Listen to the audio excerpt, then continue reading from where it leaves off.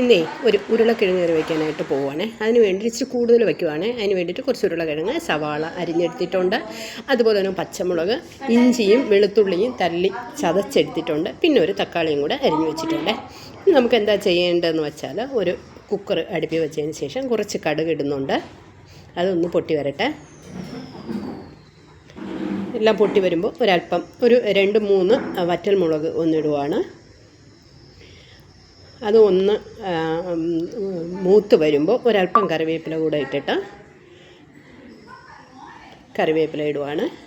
അത് കഴിഞ്ഞിട്ട് നമ്മൾ തല്ലി വെച്ചിരുന്ന അല്ലെങ്കിൽ ചതച്ച് വെച്ചിരുന്ന ഇഞ്ചിയും വെളുത്തുള്ളിയും കൂടെ ഇട്ട് ആദ്യം പച്ചമുളക് ഇടാം. പച്ചമുളക് ഇട്ടതിന് ശേഷം ഇഞ്ചിയും പച്ചമുളകും കൂടെ ഇട്ട് ജസ്റ്റ് ഒന്ന് വഴറ്റിയെടുക്കാം.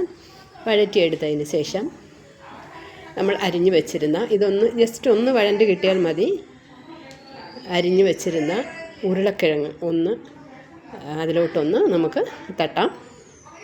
കുറേശ്ശെ അല്ല, കുറേശ്ശെ ഞാനിപ്പോൾ വാരിയിടുവാണ്.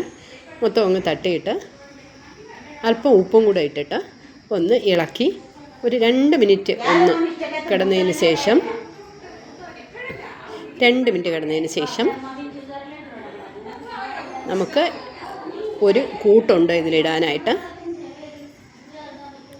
ഇതാണ്ടോ, ഇച്ചിരി ഒന്ന് വഴണ്ട് വരണം. ഇതൊക്കെ ഇട്ട ഉടൻ തന്നെ നമുക്ക് കൂട്ട് അതിൻ്റെ കൂടെ ഇട്ടൂടെ. ഇച്ചിരി ഒന്ന് വഴണ്ടതിന് ശേഷം കാശ്മീരി മുളക് പൊടിയും മല്ലിപ്പൊടിയും കൂടെ ഒരുമിച്ച് വറുത്തതാണ്, ഗരം മസാല, അതായത് പെരിഞ്ജീരകം മാത്രം പൊടിച്ചത്, മഞ്ഞൾപ്പൊടി, ഇത്രയും കൂടെ ചേർത്ത് ഒന്ന് ഇതിലിട്ട് ഒരു 2 മിനിറ്റ് ഒന്ന് വഴറ്റിയെടുക്കാം. അപ്പോൾ ഈ മുളകിൻ്റെയൊക്കെ പച്ചച്ചുവ, തക്കാളി കൂടെ ഇടാം.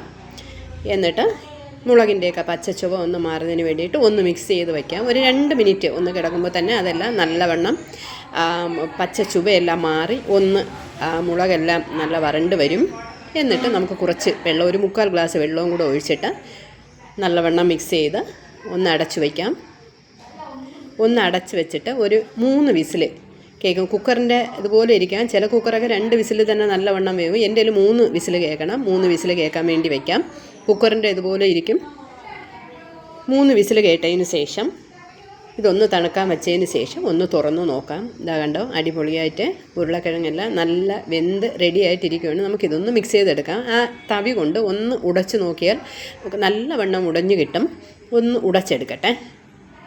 ഇതാ കണ്ടോ, നല്ലവണ്ണം ഉടഞ്ഞു കിട്ടിയിട്ടുണ്ട്. നല്ല കൊഴുകൊഴുത്ത ഉരുളക്കിഴങ്ങ് കറി നമുക്ക് കിട്ടിയിട്ടുണ്ട്. ഇനി ഇതിൽ കുറച്ച് മല്ലിയില കൂടെ ഇട്ടിട്ട് നമുക്ക് ഉരുളക്കിഴങ്ങ് റെഡിയാക്കാം. വേറെ ഒന്നും ഇനി ഇത് ചേർക്കേണ്ട ആവശ്യമില്ല. ആകെ 5 മിനിറ്റിൻ്റെ ആവശ്യമേ ഉള്ളൂ.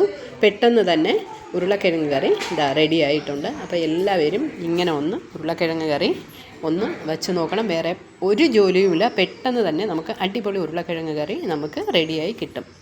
ഇതാ കണ്ടോ, നല്ല ഗ്രേവി എല്ലാം നല്ല വെന്തുടഞ്ഞിട്ടുണ്ട്. ഉരുളക്കിഴങ്ങും സവാള എല്ലാം നല്ലവണ്ണം വെന്തുടഞ്ഞിട്ടുണ്ട്. നമുക്ക് പ്രത്യേകം ഒരുപാട് ഗ്യാസും ആവില്ല.